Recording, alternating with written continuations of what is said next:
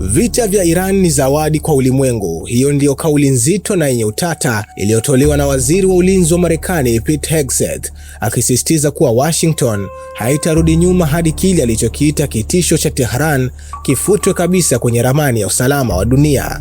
Akiwa Pentagon, Hegseth ameweka bayana kuwa zuio kali la majini dhidi ya usafirishaji wa Iran katika mlango bahari wa Hormuz, ambapo tayari meli 34 zimezuiliwa, utaendelea bila kikomo ili kufanikisha dhamira ya Marekani ya kumaliza tishio la Iran kwa usalama wa dunia. Waziri huyo wa ulinzi wa Marekani alisisitiza hatua yoyote ya Iran kuweka mabomu mapya katika njia hiyo muhimu ya mlango bahari wa Hormuz itachukuliwa kama ukiukwaji wa makubaliano ya kusitisha vita. Hegseth pia alisema Iran imepoteza nafasi yao katika meza ya mazungumzo kufikia makubaliano mazuri na Washington, licha ya waziri wa masuala ya nje ya Iran Abbas Araghchi kutarajiwa mjini Islamabad kwa mazungumzo ya amani. Huku hayo yakijiri, Marekani imetupa dongo zito kwa washirika wake barani Ulaya, ikiwataka waache mikutano ya kifahari na ya kipuzi na badala yake washike silaha kulinda mafuta yao katika mlango bahari wa Hormuz. Waziri wa usalama wa Marekani Pete Hegseth amedai washirika wao wameshindwa kuchukua hatua madhubuti katika kufungua mlango bahari wa Hormuz,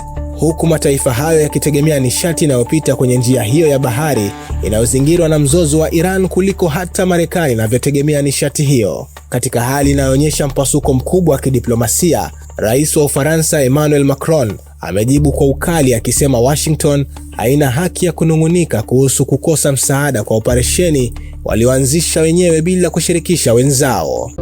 Al Bashir TV, dunia na Afrika kwa lugha yetu.